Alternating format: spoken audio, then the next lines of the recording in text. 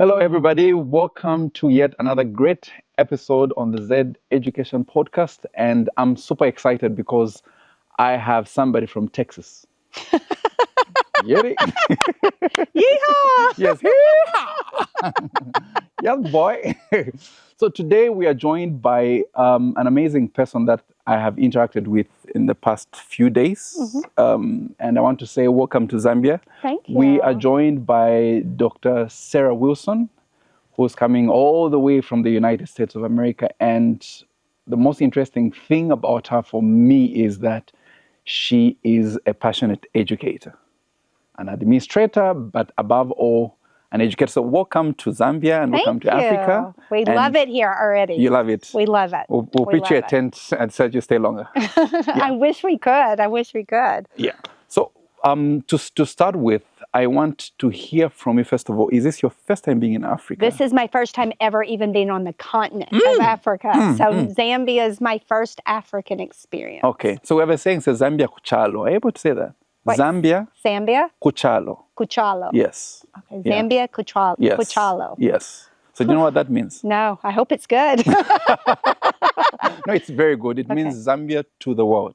Zambia to So the it's world. something that we like saying, especially when we host people that are coming from outside. Okay. Yeah, so I would like to thank you for joining us and doing this with the ZED Education Podcast. Yes. You happen to be one of the few guests that we've had since we just started 4 episodes ago.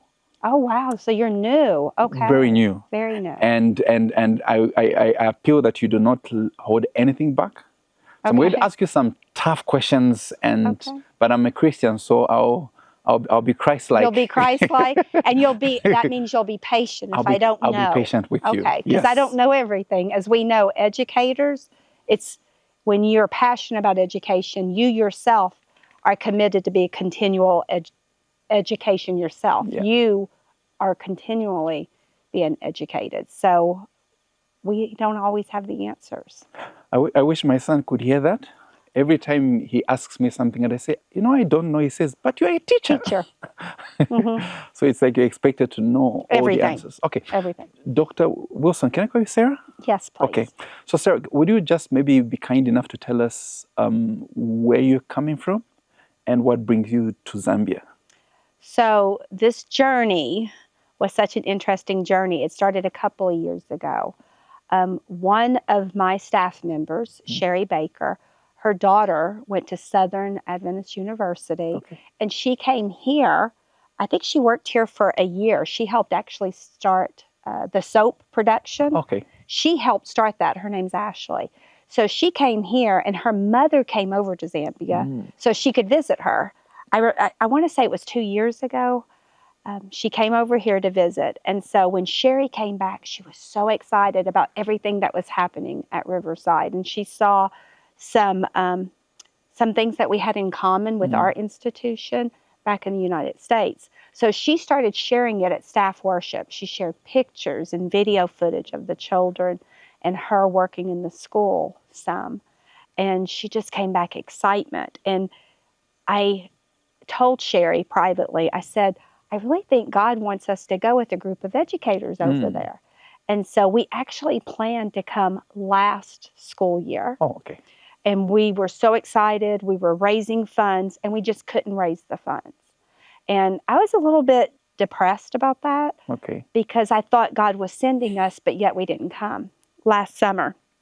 And it's interesting because after talking to some of your staff members, you had some new administration that came in. And if we had come last summer, you wouldn't have. We would not have, and everything was new. All of the administration was new, and we would have missed all of that. So I really feel like it was a divine appointment. And this delayed time, you for a purpose. Yes, it was delayed for a purpose. I didn't see that at the time, but coming here now I see. So the money came in, and I had told the Lord when he put it again on my heart that we needed to go this summer. I said, no matter what, we're going. Amen. Commitment. And people were going back and forth about who could come and who couldn't come. And again, that was a divine appointment, who God put together to come. There was a reason and a purpose for that. So we were thrilled to finally be able to do what God started 2 years ago. Okay. So coming to Africa for the very first time, Mm-hmm. did you have any fears Of or course. worries? Oh, yes, I had fears. Yes. First of all, I knew it was 2 days to get here. The flight, how many hours? Okay. Let's see. Our first hour, we had a layover in Paris. Okay. So we flew, I think, 8 or 9 hours to get there. Mm. And we came from Atlanta, Georgia.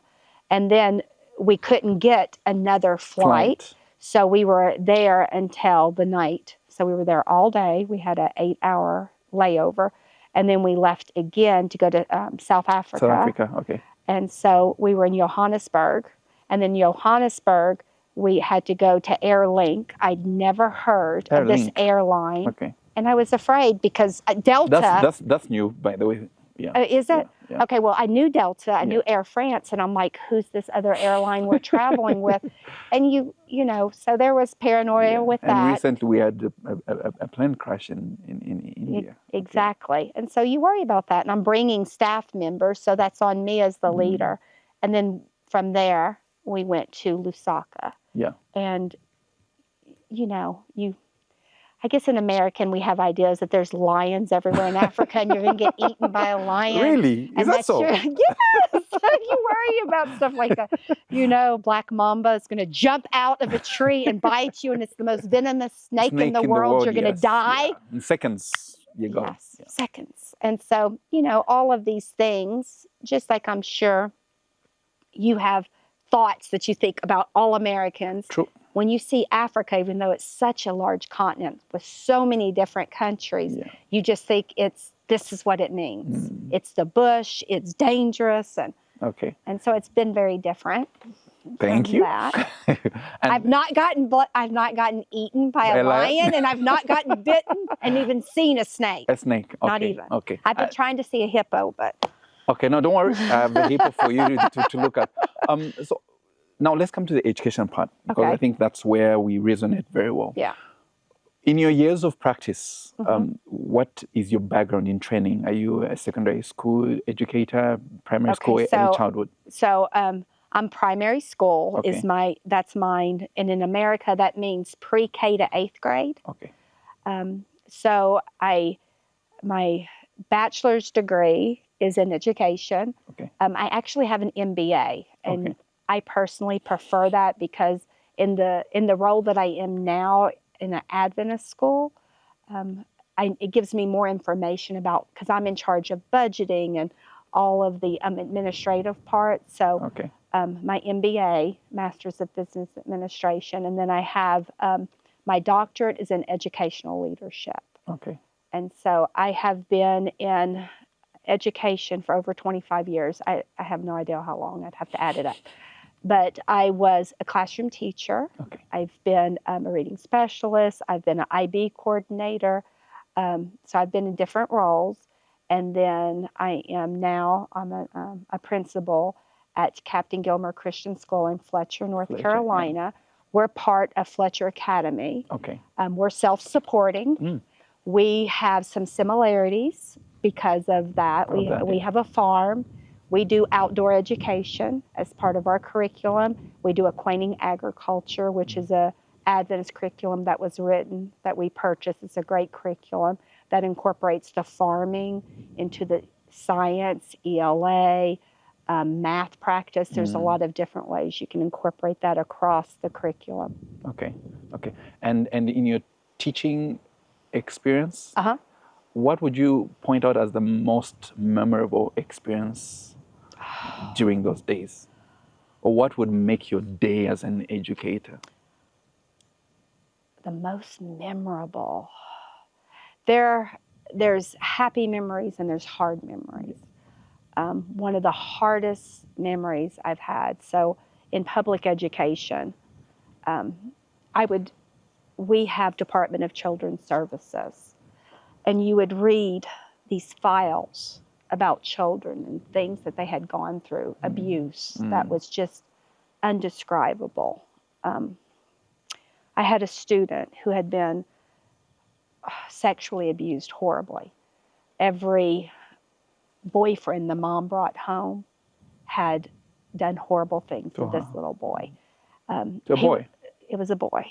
And he was in my classroom. When he first came to me, if I touched him,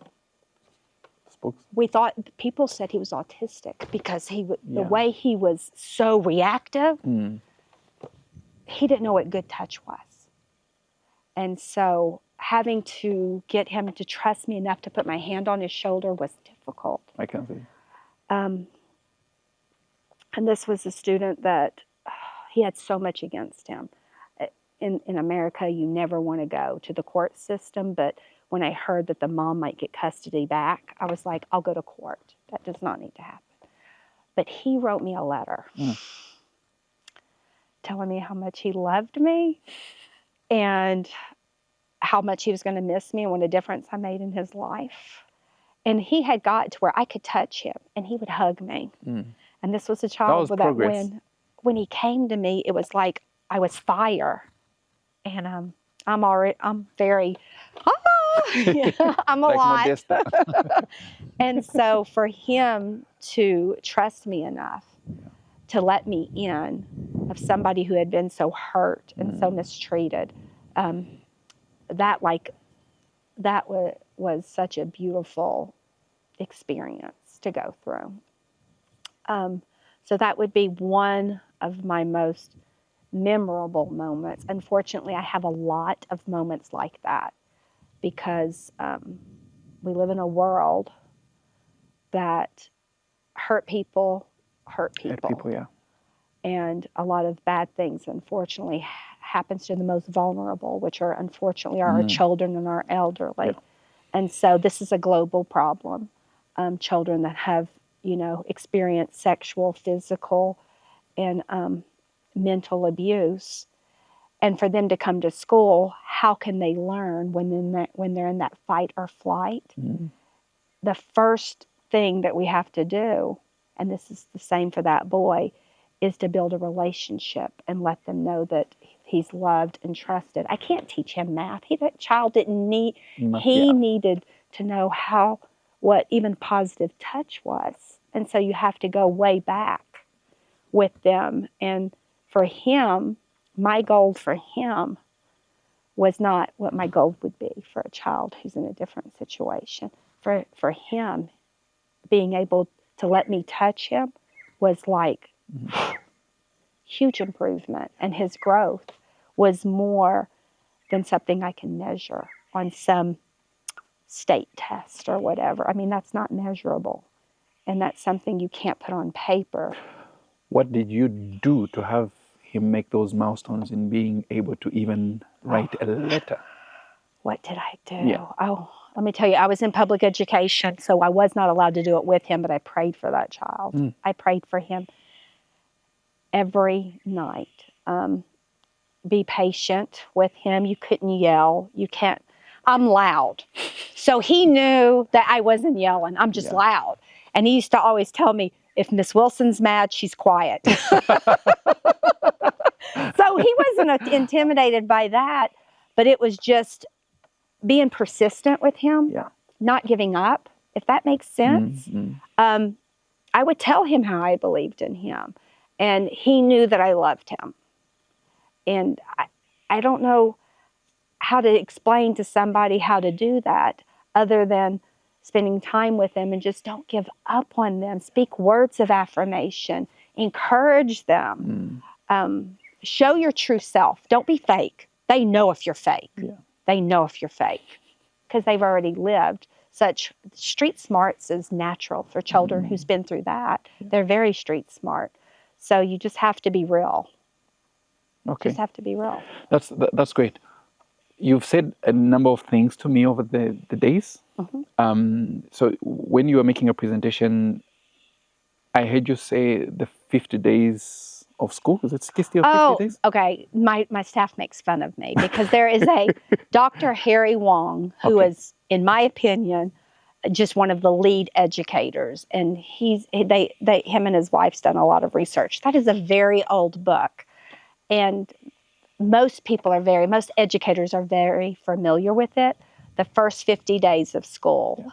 And that is, to me, every educator must read. So every teacher Must read that one. Must read that book. That is a must-read book. I'm adding that one to my library, yes. You should. Yeah. And he goes through with the first 50 days of school, what should I do? And it helps with classroom management. It helps with transition. It's all about policy and procedures and reteaching students and not assuming that they know things. Like, you can't think about, like, if we call it kindergarten. What do you call it here? If they're 5? Reception. Reception, yeah. So if you're in the reception class, this is their first school experience, right?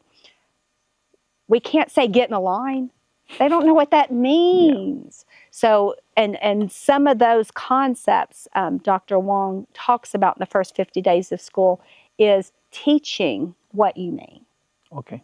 Don't just speak it and assume the child knows what you're talking about. You have to know from their perspective, they might have never had that experience. So it's important to set those expectations and to teach those expectations. Why are those expectations important? Well, okay, I'm in a classroom. I've not told anybody how to work in groups. And I throw them in a group, and then they start fighting or they start yelling, and they don't know how to work in a group. Whose fault is it? Is it for the children's fault? I set them up for failure because I didn't teach those expectations. And even Dr. Wong talks about in the book, the importance of allowing children to be part of the expectation setting by asking them questions like, what do you think good behavior in a classroom looks like? And getting them to interact with it, and they can help even create classroom rules. And it should be simple. You can't get into too many rules because it's overwhelming. Okay. And the other thing that you mentioned that now I want you to speak more to is, what is your philosophy when it comes to education, true education, according to Sarah Wilson? It's so funny. The year that COVID happened, it's so sad that that's where we start from. The year COVID happened. Yes. That was my first year transferring from public education to Christian education. I always felt like I was in the mission field in the United States, public education. There's great educators out there. I want to be very specific. Public education, you have to have a heart for the children. You have some very tough experience. If you're at a title school or an at-risk school, or you are in a mission field, often in the front lines, because you have children who went through some very severe behavior. I was at a BSI school, which is children that have severe behavior issues.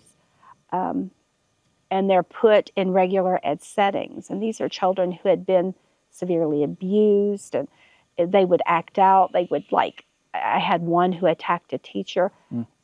And they asked me, and this was when I was an IB coordinator, but I helped with the behavior portion of it.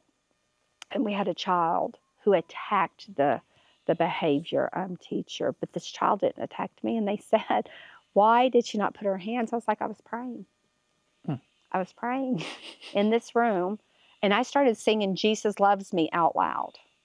And I prayed for the child. You're not supposed to do that in public education. You can get in trouble.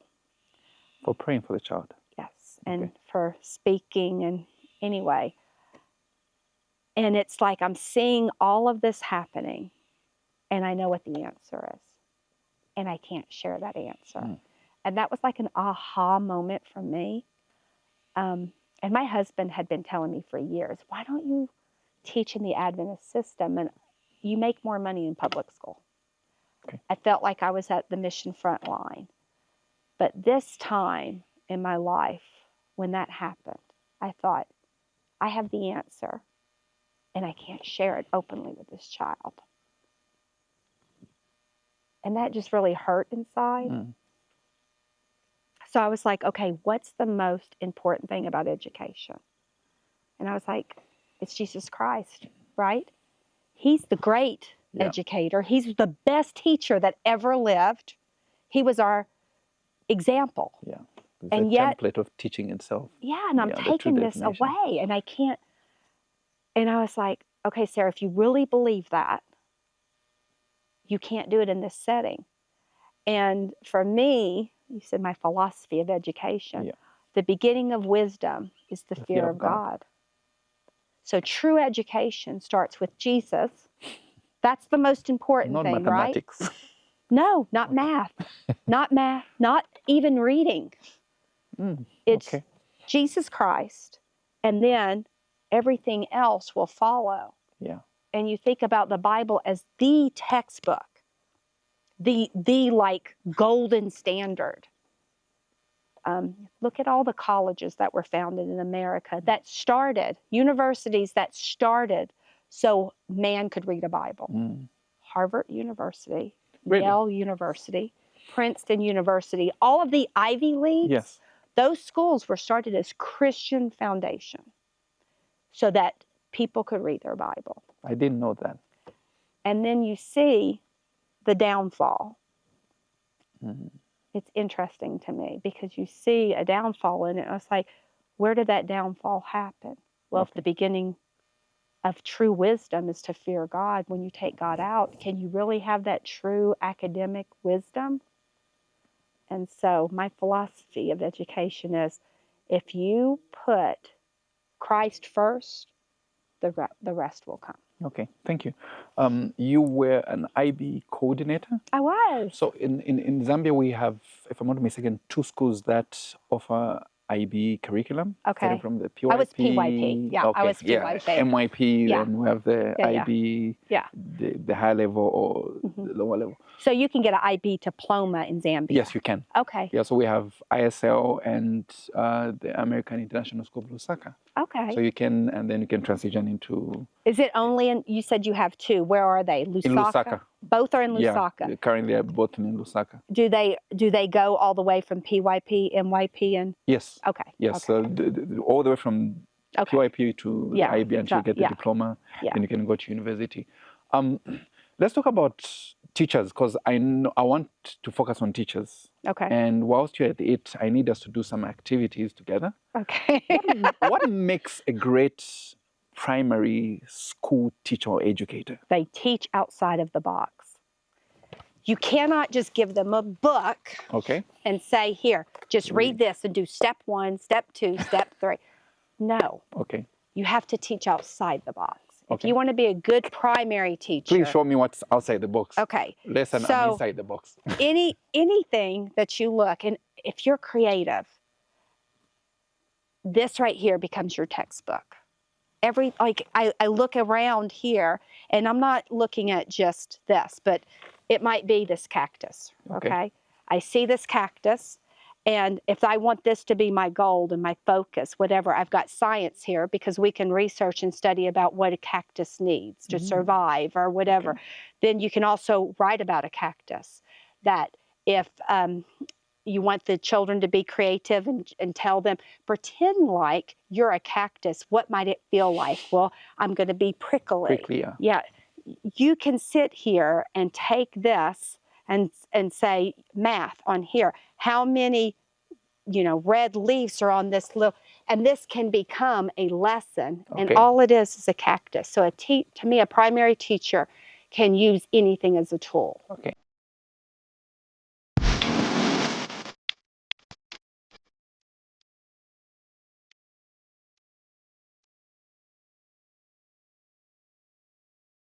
Earlier, we were talking about thinking outside of the box. And I was driving to the point of what really makes a great educator or teacher in early years, because they are the foundation. Yeah.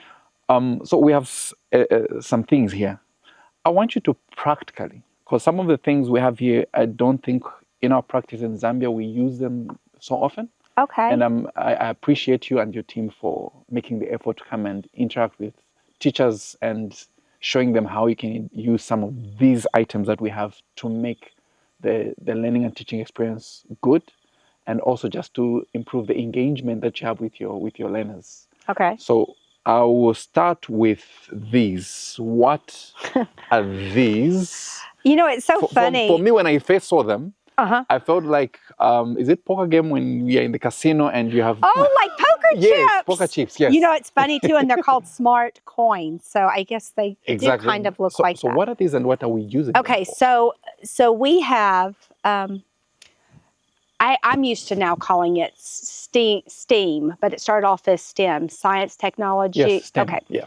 All right, and STEAM added the art aspect. So you can give what you want a child to do to get to the higher thinking outside of the box is you can give them different items and ask them to create something out of it, but you want to have specific tasks, right?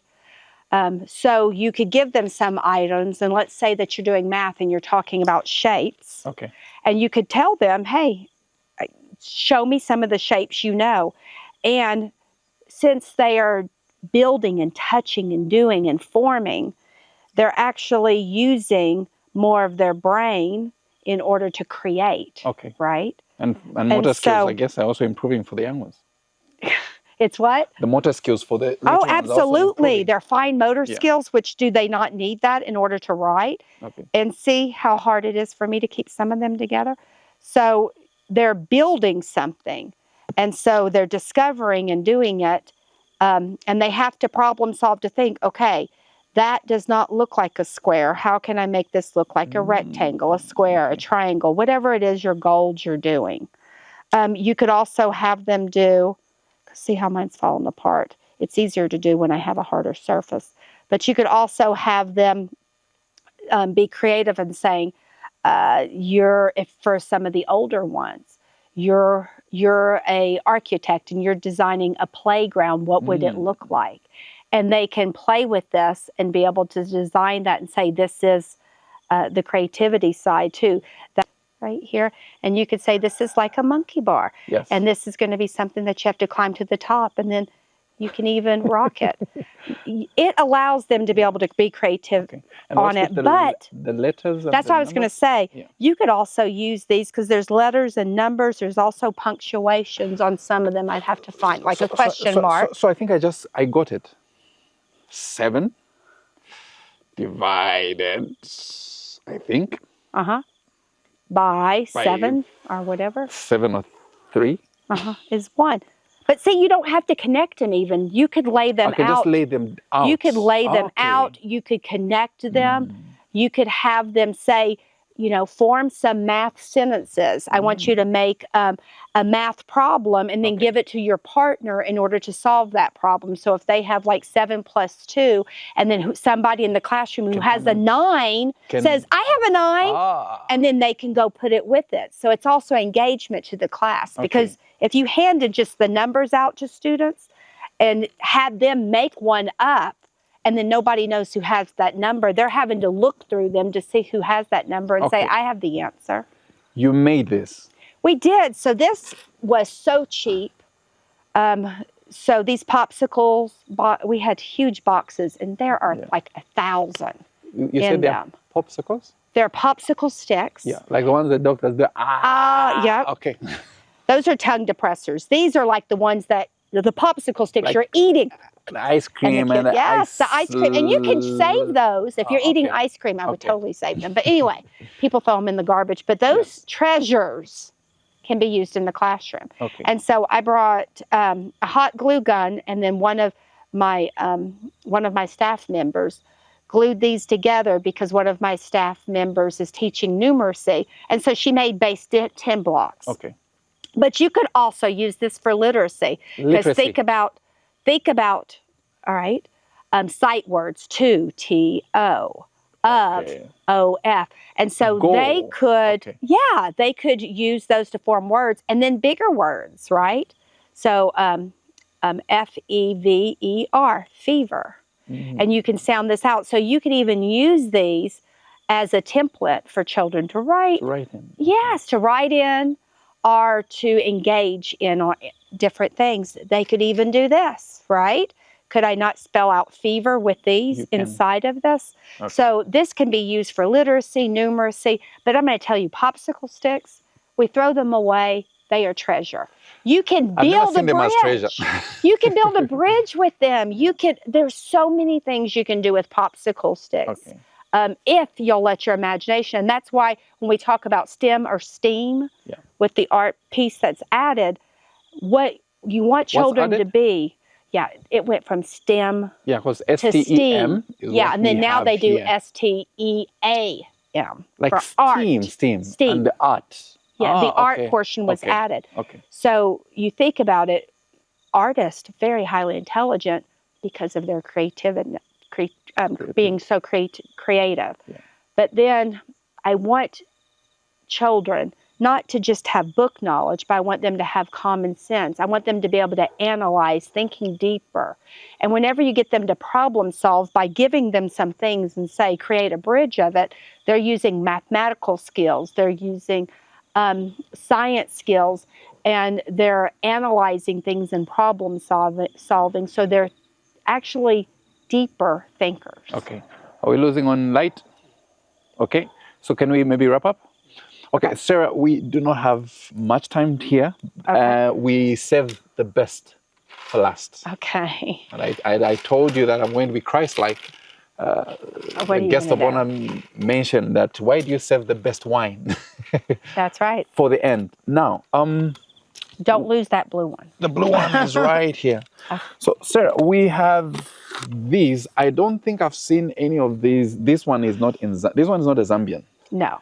Yeah, this is... That is the Tennessee wildlife animal. It's a raccoon. It's a raccoon. It's a raccoon. They're all over America. And I heard interesting... This is Zambian. Yeah, this is Zambian, the fat vegetarian. We said that, the fat vegetarian. I hope that is not me.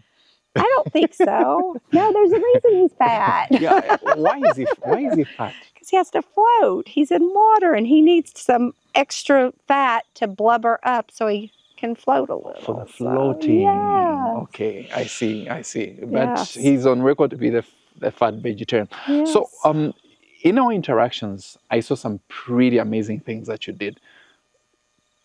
How can a teacher in Zambia use, or anyone in the world who are watching, how can they use this in their teaching experience? It can be, one of the things that we discussed was like classroom management. So you can introduce Harry the hippo. Okay. Hi, Harry. Hi. And you can introduce him to the students that when you're too loud, Harry gets scared and he can't think. Okay. So guys, can you be really soft so Harry will come out and introduce himself? And then often the kids will respond, especially the younger kids. They'll get real quiet. And then you let Harry. Are you happy, Harry, to be at school?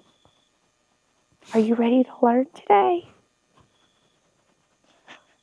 And he looks alive. So you can interact with the kids for classroom management. But also, if you're reading a book, let's say that you're reading a book that has a character, an animal character in it, they can be part of it. I love when kids use these to write their own stories and perform it for the class. But you can also do this if they're doing science and you're wanting to study different animals and you're saying that you're studying mammals. You know, a lot of children in Zambia might have never seen a raccoon. We could have seen one on TV. Well, maybe on TV. Yeah. In America, you see a lot of them. And so you can say, does anybody know what this is? They're going to know what this is, right? Eh?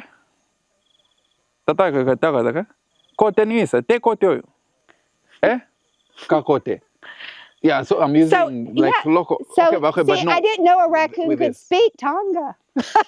Mulibuti. See, you're teaching me something. Do you know any word in Zambia, Nyanja, Tonga, or Bemba? Have you learned any? Mulibwanji. So you say bueno. I think that's bueno. Yes, bueno. Bueno means very good. Yes, Buenos dias. Yeah, I think where we are here is Mulibuti. You say kabotu. You should have taught you kabotu. That's the easiest. So let's get back to that. So classroom management, the kids would get engaged. You say, Mr. Can I call it this? Mr. Mubanga here, or maybe do you use? So are you allowed to use names? Yeah, Names, you or make them you up just- and let the class come up with the name. I said for alliteration, I said Henry the hippo. Yeah, Henry the But hippo. that was just because, and I would probably say Ricky the raccoon. Alliteration, But, yes, ELA. and that's what I'm picking. And Because so you can there's do the literacy in there. There's so much Henry the hippo. literacy. Okay. And then they can even do, mathematics. You're wanting to know more about a hippo. Yeah. How much do they weigh? Can you convert that? I mean, there's so much you can do. Science is the easiest because it's an animal, finding facts, what they eat. But I hope you leave some for me to come and try and... you'll have to, you're going to have to go to Riverside Primary School because they have them. They have and them. the teachers, we gave all the teachers one for classroom management, but we also gave them some for them to interact. Okay, I think with I'll the keep Henry the hippo. He I likes love me. him. They didn't pick him. I was so upset. I felt like Henry was... I saw you do beatboxing with your body. That's what I'm calling it, because I don't know what was happening. Okay, I don't know what you're But talking at about. one point I saw you do... Oh. So for me, it's like beatboxing. What did you call beatboxing, yes. Boxing? Do you mean bebopping? Beatboxing, like, Okay. But with your body. That's What for was that? attention. Okay, so we have different things that we do. If we, instead of yelling, be quiet, shh, I hate when people do that. No, usually we say, hello, hello, children. Then say, hello, teacher. That's fine. And then there's other attention grabbers. There's like rain sticks. And then the person does, or they copy you. Red Robin, and the kids go, yum, because that's a restaurant in there. But my students in 4th grade, when I taught 4th grade, I don't know why, but my kids loved it. And it got their attention quick. And when I started doing the bitboxing, that's what I'm calling it. They start doing it with me, and they know by the time we get to the end, they have to be quiet. So I'm going to try to teach you. Thank you. You got to have rhythm. I don't know if you have rhythm. Okay. We're about to Let's find out. And I'll do it slow, and then we'll get faster. Are you ready? I am ready. Okay. It's boom. So boom. Snap. Snap. Clap. Clap. 2 booms. 2 booms. Snap. Snap. Clap. Clap. Snap. Snap. Boom. Boom. Snap. Snap. Clap. 2 Clap. booms. Did we start again? Snap. Shh. Yeah, but you're repeating it. Boom, snap, clap, 2 booms, snap, let's clap, start. snap, Let's boom, go. snap, Boom. Clap. No. Boom, snap, clap, 2 booms, snap, clap, snap. Boom, snap, clap, 2 booms, snap, shh. Okay. And so you do that. So when you train them and teach them, you walk around. Whilst I'm walking, am I doing that?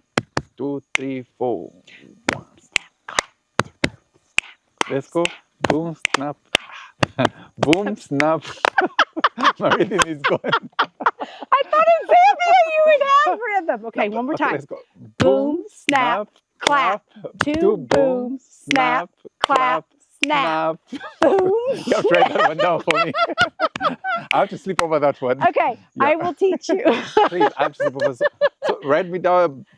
Boom, snap, clap. Clap. Then 2 booms, snap, clap, snap. Snap. And then you start over. Then boom, snap, clap, 2 booms. I'm getting there. Shh. Am I getting on? And then by the time you do that, they start doing it with you. They're concentrating so much they can't talk. Okay. So can you do it one more time in the fastest you could do? Well, not the fastest, because now you're making me nervous.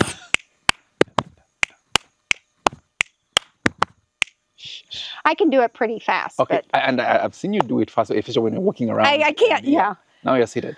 We need to wrap up. Okay. I have people that would want to ask some questions. So I have, I think we'll give the mic to the Tennessean.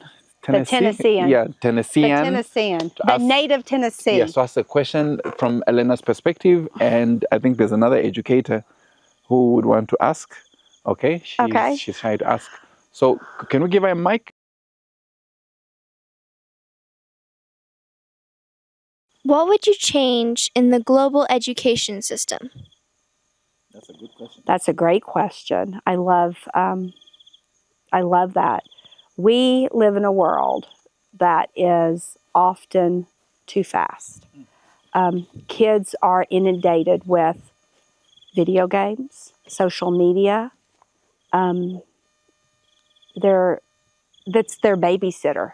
I see parents now giving their telephones and their devices to their children, and children are disconnected. Don't get me wrong, computers have been a blessing, but they've also been a curse. I would love for education to get back to being outside, more natural, more engaged, so students to be connected. It's like they don't know how to have a conversation because they're on their telephone all the time, or their social media is just bringing an amount of depression in these students. And they're getting this fake sense of what life's like for other people, and it's not even real. It would be real again. Okay. The last question, let's get it from there. Yeah, thank you so much. My question is, what would you advise on the modern day teachers on how they can go about their teaching, especially with all the gadgets that are now in schools and that we have personally? Well, you don't want teachers on their phone. You don't want them to be distracted. So in modern education for teachers, we have so many tools out there that can be utilized, but they don't need to forget about tools that are easy accessible to them. Sometimes we think, oh, I can't work in the classroom if I don't have a laptop or if I don't have this digital device. I think that a lot of times that teachers don't understand that when you look around, you can pick up rocks and those can be counters.